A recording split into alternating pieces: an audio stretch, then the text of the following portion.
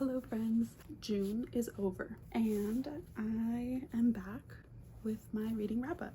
I ended up reading a total of 6 books this month, which is not that good, but I did get through all of my physical reads. So I'm just gonna go from the top down. First book I finished to the last one and let you know my thoughts, and yeah, we're just gonna go through them all. My first book that I finished was Just My Type by Falon Ballard. I don't actually remember what I ended up giving this one on Goodreads. If I had to give it a review now, I would say this is like a solid 3-star. It wasn't special.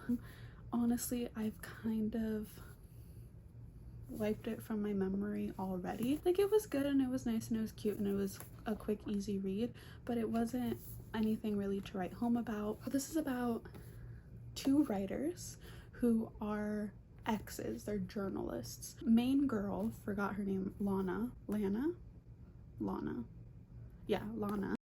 So Lana works at this like small website publishing house thing, and she is the relationship columnist, and the ex-boyfriend Seth, he was a traveling journalist and now he finds himself in LA. I think they're in LA, and so he finds himself in LA working at her job, and he's like gonna transfer to the bigger like publishing house that just bought out the little website, and he's just really there to get his foot in the door. So they end up on a competition to see who is the better writer slash who can get more clicks onto the website. She is a serial monogamist, he is not, and so now they're in competition, like trying to do these little challenges like so that she can stay single and he can try and find somebody to be in a relationship with. Spoiler alert, they end up together and it was fine. I mean, she was a little annoying, I'm not gonna lie to you. He was a little bit less annoying from what I remember, but still also kind of annoying. I feel like they should have just talked and a lot of their problems would have been solved. Really nothing to write home about. I have nothing to say about this. It was a quick and easy read. I wouldn't like tell people to pick this up, but like it was fine, you know. I'm not gonna rag on it. It was good. It was 3 stars. It was fine. The next book I read actually was Butcher and Blackbird. So I said that it was going to be on the top of my TB read, and it was true. It was on the top of my TBR. After I finished Just My Type, I picked up this one. It was so good. This was superb. It was so good. It says 4 stars on here, but I think I gave it 4.5. It was almost a perfect book. The characters were super fun. They're quirky and they're funny and they have good chemistry with each other. So the 2 main characters are serial killers, but they kill other serial killers, and that's really the gist of it. And then it was love at first sight, and you kind of just see their relationship progress through this. The only thing I will say, if you're thinking about picking this book up, is definitely take a look at the trigger warnings that are listed in the beginning of this book. There are some that I think would be kind of intense for some people. There's some accidental cannibalism that goes on. Like, it didn't really bother me all that much. I had a friend that read this and she said it didn't bother her. The cookies and cream also didn't really bother me that much. She like apologizes in advance in the trigger warnings about that, but it didn't bother me. None of the really gory parts bothered me either. There was a scene towards the end with the main male character where they're in a kitchen with this side character, and that one did it, I was a little like, oof, that's a little intense. It's just like, I don't know why, but that one did really kind of get me. Another thing I will say that this book does well is that it has good side characters. It does a good job of setting up the other 2 couples that we're going to be getting in the other books. It makes them interesting and you want to read more about them, but it doesn't give you too much to where you're not going to have anything really to learn about them in their books. Sometimes I feel like when you do these types of standalone interconnected series, the author gives away a little bit too much, and then you get to the, and sometimes it's a good thing and you're like, oh, I really really want to read more about this person, but then sometimes it ends up being a bad thing because you get to their novel and you're like, oh, this is literally just everything I already knew, but now it's in this other character's point of view. But this one does, I don't think it's gonna do that because it gives you very little about the other characters but enough to keep you hooked. So I'm actually really excited for the next one. It also kind of leaves you on a bit of a cliffhanger for the next book. Is like, not really, but this was good. Pick this up if you're not easily grossed out, because there are some scenes in here that I can see how it would not be for everyone, but I didn't mind them. I thought it was okay.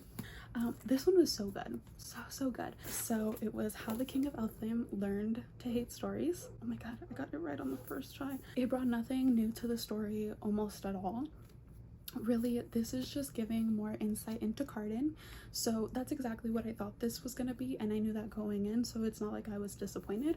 I still gave it 4.5 because I loved it and I love the Cruel Prince series and I love these characters, but it's not gonna really give you much. It gives you a little bit of insight into him as a kid, and it gives you some like a little bit of his point of view in some of the earlier scenes with Jude that he has, like when they're still in school together.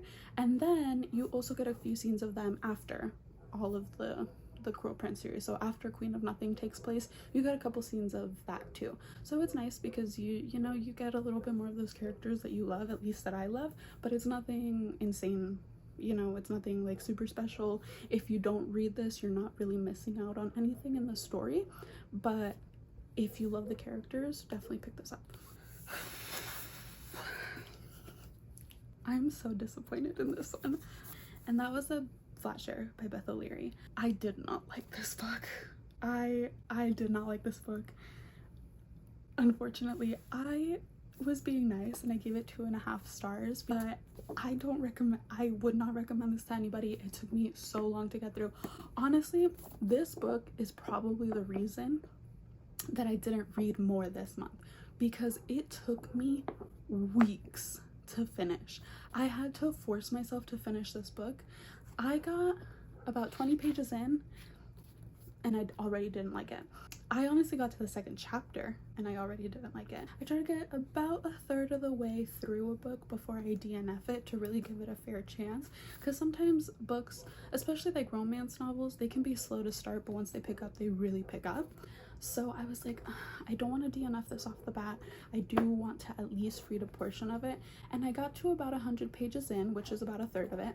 And then I started actually enjoying it. I was like, okay, okay, it's getting kind of good. I kind of see where this is going. And then I got to the halfway point and hated it again. It like lost all of the interest that I had in it, and I should have just like DNF'd it at that point, but I was already about halfway through, a little bit over halfway through. I think I was about 60% there, and I was like, I might as well just finish it. I'm already like nearing the end. So I finished it. I should have just DNF'd it. My main gripe with this book is Leon. Leon is the main character, and I hated the way that his inner monologue was written. So this is a dual POV book, so we get Tiffy and we get Leon's point of view every single time that I had to read Leon's point of view. I wanted to throw this book because I hate the way that he was written. Let me just hold on, because his is literally the second chapter, and this is how his chapter starts. Phone rings as Dr. Patel is prescribing meds for Holly, the little girl with leukemia. Bad timing, very bad timing. Dr. Patel not happy at interruption and makes her feelings clear. Seems to have forgotten that I, too, as night nurse, should have gone home at 8 a.m. and yet am still here dealing with ill people and grouchy consultants like Dr. Patel. Why is it written like that? I can't. Why is it written like this is going on in his head? Why is it written this way? Why? His chapters are written almost like it's like a play, and it makes literally no sense. It takes you out of the story. I hate the way it was written. The couple themselves had their moments where they was good and I liked it, but I didn't really care about them. I didn't care about Tiffy. I didn't care about her dramas. I didn't care about him, and I didn't really care about what was going on with him. I was more interested in the side characters that we were being introduced to, and not even the main side characters, because we get introduced to Tiffy's friends, and I didn't even really care about that much. I cared more about his patients, like Holly, and I was interested in her storyline, and I was like having fun with her character. And then there was another like gentleman, like an older gentleman. I was more interested in their storylines, which aren't like very brief. They're very, very brief. They get mentioned like very little throughout this. I was more interested in them than I was in the main characters, and I was like, this was rough. This was a really, really rough read. This was not for me. It's not the worst thing I've ever read, for sure. Like, I have books that I absolutely hate. This is not one of them. As passionately as I may be speaking about my dislike for it, it's not the worst book I've ever read. Am I gonna keep this in my collection? Probably not. The next time I get rid of my books, this one's going bye-bye, because I just didn't enjoy it, and there's no point in me keeping a book I didn't like. But I'm sure somebody else will probably get some joy out of this. Just, I wasn't one of them. The next book that I picked up was Wild Love by Elsie Silver, and I had high hopes going into this. This was a pretty, like, not super highly anticipated read, but I was looking forward to this. I do like Elsie Silver. I read her entire Chestnut Spring series, like I mentioned probably in the first video of this, and I enjoyed most of them, and I enjoyed this one too. Like, I didn't dislike it. I ended up giving it 3.5 stars. It was cute and I liked it and I had fun while I was reading it, but it just, my thing with Elsie Silver, at least in the books, like the last couple of books I've read by her, is that they're so long. Her books are so long. This was 452 pages, and it just did not need to be this long. It just didn't. This book could have been like 250 to 300. I'd even say like 350, and it would have been perfectly fine. It was way too long. It was so long to the point where I was losing interest in portions of the book, because there's only so much you can do in a small town romance, and it's like some of the conflicts didn't need to be there, and it was just starting to feel a little redundant at times because the book was so long and it didn't need to be. I will say I do love Elsie Silver's writing style. It really appeals to me. I like the way she writes stories. I love the way that she writes characters. I feel like her characters tend to be really witty and they're funny, and like they have good chemistry with each other and they have good relationships with other characters. She writes good characters. She just writes too long of a book. I think if this was maybe like 100 or more pages shorter, I would have probably given it like 4 to 5 stars, because the book itself was good, but it wasn't good enough for me to be like, you know, like, yeah, I needed almost 500 pages of them. I like the characters, but it's like I don't need them for 500 pages because now I'm sick of them. I liked this book. That being said, I've had too many misses with Elsie Silver in the last couple of books I've read from her that I think I'm gonna stop buying her books. I think she usually puts them on Kindle Unlimited. I have that subscription. I'll probably just read it there, and if I actually enjoy it, I'll buy it to like support. But at this point, like this used to be like I would pre-order her books. They would get mailed to me as soon as they came out. I don't think she's that kind of author for me anymore. I like her and I like the story, and I'll probably read the next one because it's only first in the new like standalone series. I'll probably read the next one, but I don't think I'm gonna purchase it the way that I've been purchasing all her books before. Last but not least, I read Immortal Longings. Is that what it's called? Yeah, Immortal Longings by Chloe Gong.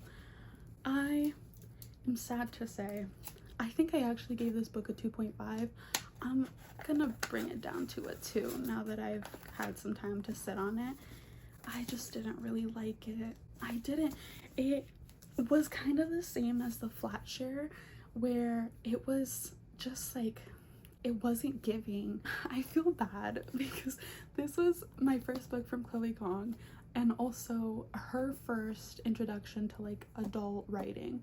So she like I feel even more bad because I was reading like the end of this, like the acknowledgements and stuff, and she's like, I'm so thankful, like this feels like the first book that I've written as an adult, and it's my first adult book. And I was like, oh my god, that's so sweet, but I did not really enjoy this. I didn't, unfortunately. It's a fantasy. I wouldn't even say it's a fantasy, really. It's more like dystopian, I think. So maybe that's what it is that I'm just maybe not in the mood for dystopian novels at this point in my life. But I don't even think that's really what it is. A little fan, it's like, I don't know how to explain it. Like there's like elements of magic kind of like sprinkled throughout. Like these people are able to travel from like body to body.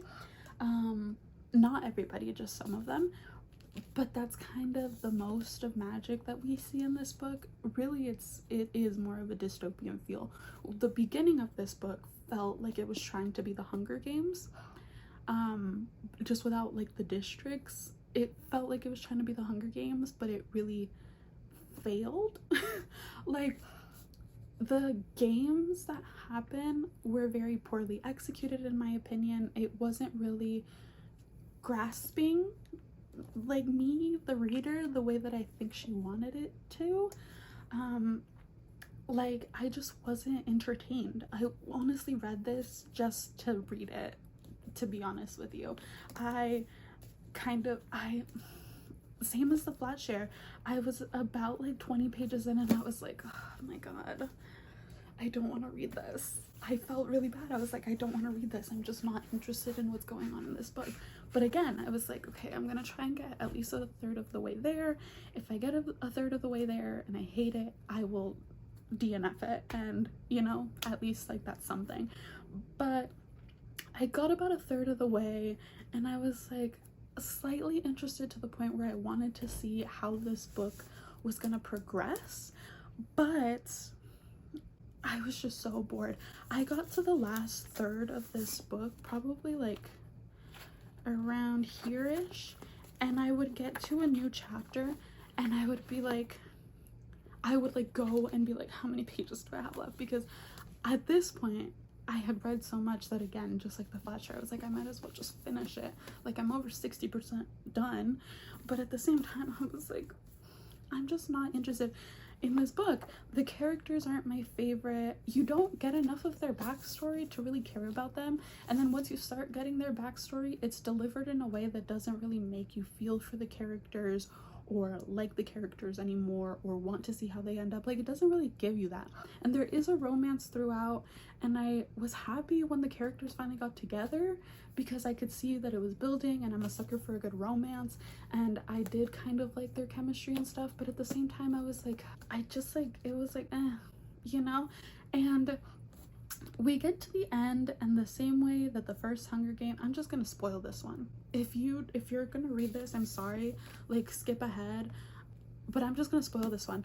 The characters get together, right? And then they're the last two remaining, just like in the Hunger Games. And you know how like in the Hunger Games they're like, we're just gonna kill ourselves. So the main guy, Anton, his name is Anton, the main guy Anton is like, we can just leave. Like this isn't like the Hunger Games where like you have to like there has to be a victor. So he's like, we can just leave. Like we'll leave. It doesn't matter. We don't need this money. Like it's not worth it. Like we'll just leave together. Like we don't have to do this. We don't have to kill each other. And the main girl, her whole shtick is that she wants to kill the king. And she's like, no, I have to kill the king. And she kills him. She literally she kills him. And I'm like,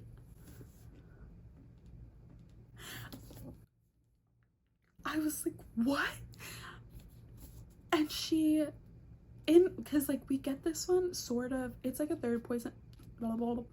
It's a third person point of view, but we do get to see like their inner thoughts. I don't actually know what that point of view is, actually. Sorry. But like we do get to see like her inner thoughts, and it's just not like she's not dictating it to us. It's definitely like a third person that's like saying these things. So we get to her like killing him, and she's like, oh, I'm gonna follow you, like right after. And so like she kills him, she gets dragged away, and in her head she's like, oh, like I just have to crown the new king, because spoiler alert, she's a princess. She was like an ex-princess. She would have been like the next crowned royal most likely, but then she killed her parents. It's like a whole thing, but like her goal is to kill the king because they were bad rulers and she hated how everything was, and she's like, I'm gonna kill him. So now she's crowning the new king, which is her like cousin, but not really, because he's adopted, so he has no royal blood lineage, right? So she's crowning her cousin, and like her inner thoughts are like, as soon as I'm done with this and he pardons me, I'm gonna run away and I'm gonna kill myself. And then like she's like begging for Anton's forgiveness in her head, and she's like, I'm so sorry, like I'm gonna make myself suffer so that way once we meet in the afterlife we'll be on even footing, and hopefully you'll forgive me, yada yada yada. Because she did, like, she truly like loves him, which is crazy because it feels like it happens out of nowhere. Like they literally get together and then like 20 pages later she's like, I love you, and then he was like, oh, I love you too. like they both meant it, right? But it's just a little sudden. So she's like thinking about killing herself. She's like, I'm gonna kill myself. I'm gonna kill myself as soon as he lets me go. I'm gonna go and I'm gonna leave the city and find a nice like ocean, and I'm gonna like slit my wrists and bleed out and kill myself so that I can join you in the afterlife. And then it ends on a cliffhanger. It ends on a cliffhanger because the guy is alive. Mr. Anton is alive, and they have this secret like code phrase and he says it, and I'm like, and now I kind of want to read the next one just because he's obviously probably pissed that she ended up killing him, because I'd be upset. He's probably super mad that she literally murdered him and stabbed him in the back, mind you. Stabbed him in the back. Literally stabbed him in the back. And so he's probably super upset, and I kind of want to see how that works out. But at the same time, I didn't like this. I didn't like the story, and I just like, I'm like, do I really though? It's also so convoluted. This book is 365 pages long. 365, okay? So it's first in a series, which I didn't know going into this. I thought it was a standalone. It is not. So it is so convoluted. There is so many things happening in this book all at the same time, to the point where it confuses you and makes you disinterested in the story because there's so much going on that you're like, you don't even know what to pay attention to. I've read stories that do that, right? I've read books that have done that and have done it well, to a point where it kind of like introduces you to a new conflict, and then it kind of makes you forget about it, and then it's like resolved later. And I think it can be done well. I think a lot of conflict can be done well in a book, but this is only 365 pages and it's trying too hard. I'm sorry. And once I finished it, I actually saw that this was from July 2023. So I've had this for a year now, and I'm not sorry that it took me this long to read it. I'm honestly not. I feel bad to say that, but it just wasn't that good. It just wasn't it. And I feel like I'm not gonna enjoy her other book that I have, because I also just didn't like the way that Chloe Gong wrote the book. I didn't like her writing style, and I'm probably just not gonna even read the next one. I don't know. I am at a crossroads. I don't know if I pick up the next one of these books, I'm gonna like get it from the library or something, but I just don't know if I can put up with Chloe Gong's writing.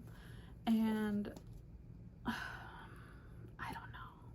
I don't know, but yeah.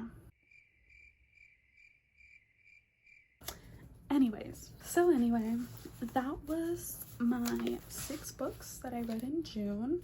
I kind of wish I would have done better. I will say that I am on track for how many books I'm supposed to read in the year. According to Goodreads, I'm right on track, so that's a plus. I'm kind of sad I didn't get a 5-star read. These 2 were pretty close. I really peaked at the beginning, man. I really peaked, and then it just went downhill. I should have saved this one for last, but I missed Cardan and Juvenile, and I just wanted to get more of them. I should have saved one of those for later, because I knew I was going to enjoy those too. But then again, I thought that I was going to love this one, and I did not. So Yeah, I'm kind of sad. This month was bad. It was a bad reading month. Over half of my reads were less than 4 stars, which is crazy. That happens very rarely. I toss out 4 stars like it's nobody's business. 5-star reads are a little bit harder for me to give out, but 4 stars, I just be tossing those around like it's nothing, because it's really not that hard for me to find a book interesting and captivating, and these ones just did not do it. I don't know if after I read The Flat Sheer it kind of just like jaded me, and that's why I gave the other two such low ratings. But then again, a 2-star, it's hard for me to give less than a 3-star as well, because I feel bad. I'm like, these authors are writing their hearts away, and I feel bad that I'm kind of like trashing their work. But then again, like, not everything is written for specific people, because Immortal Longings, there was a lot of people that gave that book like 4 to 5 stars. They really enjoyed it. They thought it was great. They love Chloe Gong. Like, I was reading the reviews and I was like, I just didn't feel that way. I didn't think it was that good. Like, there was some people who were talking trash about Butcher and Blackbird, but I didn't find an issue with any of the gore and the cannibalism. Like, none of that really mattered to me, and I liked the characters and I thought they were funny, and some people didn't think that. But I just wish I would have had some better reads this month. I really do. In terms of my next video, I actually think I'm going to reorganize my shelves. I actually have you guys in a new setup today. So this is my other shelves, and then the ones that I usually record in front of are in my other corner over there. They're a little bit all over the place and they need some love. So I think that's gonna be my next video in here. I am going to reorganize my shelves because they need it, and just kind of do a little book tour and shelf tour and show you guys what I have. So yeah, if there's anything that you think I would enjoy, that you would like me to read, I'm always up for that. Please leave it in the comments below, and just make sure you like the video if you liked it, and if you didn't, I'm sorry. Not really. Yeah, anyways, thank you so much for watching again. I hope you have a wonderful rest of your day, and I'll see you in the next one. Bye.